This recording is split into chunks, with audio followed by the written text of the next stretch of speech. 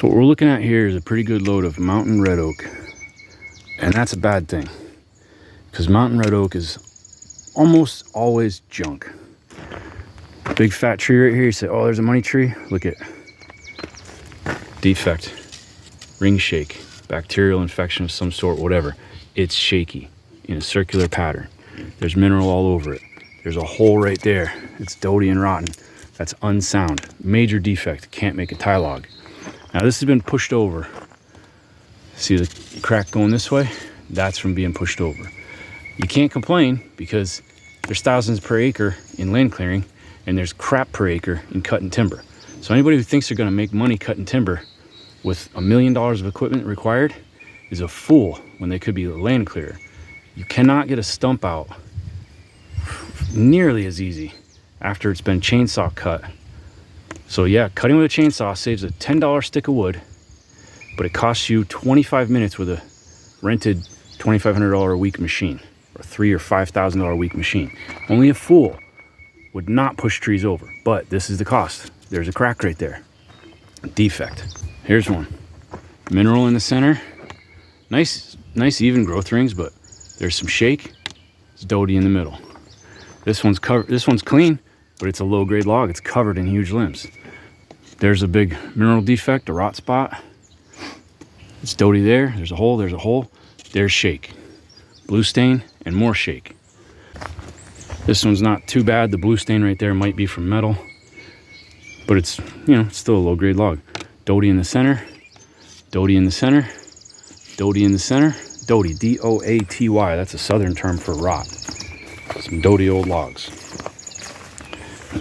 And that dote goes right straight, plumb through, as they say. Here's that mineral ring right there. Same thing with this one. Doty right there. Junky in the center, unsound. That one's sound. Nice and clean log. It's got a split from being pushed, but I'll do okay on that. But it's an itty bitty log. Look how many growth rings there are. You got 50 years to wait for a 10-inch log? I don't. This one here, it's got a defect right there. It's got a little shake in here. Defect, pretty sound on the end. That's a knob. It's just a limb, but you got to cut them where you got to cut them. I mean, if you can only get 10-3 and that's your minimum trim to sell a 10-foot log and it lands on a knot, well, but that's now one side less clear. This one's got a little bit of rot. This one here got a hole, got mineral, got another hole. Cracked across this way, another rot spot right there. There's another defect right here, another little limb in the face.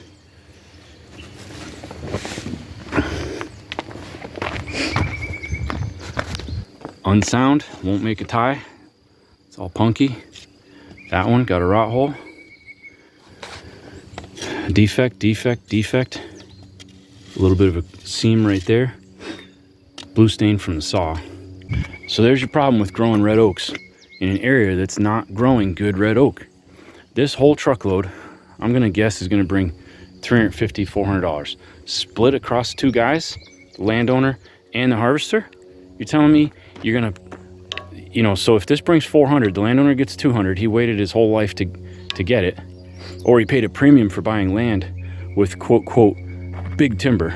Okay, big timber can be junk timber. This whole thing could be hollow when you cut it. It may as well be hollow. It's got that shake pocket. It may as well be hollow, because no one's gonna be able to sell a piece of wood that falls apart at the shake seam. So that's just junk. It's gonna get bucked off. Now you either pay a premium to buy land with big standing timber, or you wait a premium of years, which is precious, to grow big standing timber. But if your land produces defect in that species, they call it mineral here.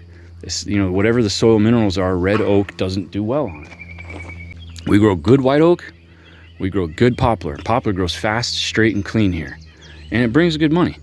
You'd be a fool to cull poplar to keep a red oak. You'd be a fool. Only a fool would do that. If this was a load of white oak, we would be talking about $1,200. Okay, especially if it was clean. Maybe $1,500, maybe $2,000. Now you can make a little bit of money in that.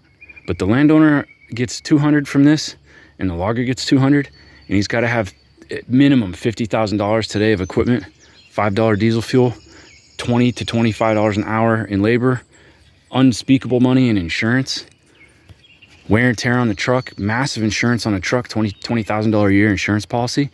You can't break even. This should have been culled when it was 6 inches, okay? We should not have encumbered the ground. We shouldn't have let a bird poop sit on our solar panel. The solar panel is our soil, because the sun shines on our soil and it produces something we can use. The solar panel produces energy, the soil produces timber and crops. If you're growing bird poops for 30, 40 years, you're wasting your solar panels, okay? You're wasting the energy that the sun is putting on your fertile soil to grow something that has poor economic value. Cull it.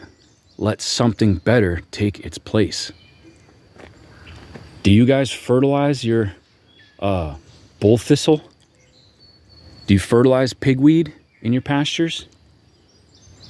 Do you fertilize buttercups? Well, if you're static grazing and then putting fertility on, yes. Yes, you do. Because your livestock are eating out the choicest varieties of vegetation and leaving the stuff that's no good. And then you're putting lime and fertilizer on, so the stuff that's no good is getting more sunlight and more nutrition than anything else. So it's growing better. You're shooting your own foot and you're spending money to do it. That's a fool's errand. Growing red oak in a ground that's not suited for red oak is a fool's errand. Planting walnut on a site index that's not suited for planting walnut and growing walnut is a fool's errand. And capitalism dictates that you will be wiped out. Because if you have to turn a profit to continue, and you're doing something that has no profit, you will eventually, there's a self-regulating feature of capitalism. When government gets involved and starts paying you to grow the wrong thing on the property, then we can make all kinds of mistakes, because the taxpayer that has no idea about you, that's 5,000 miles away, they're going to be robbed to pay for the folly of your program. If you don't have government helping you, and you got to try to make a living on this, you will soon smarten up, or you will be hungry.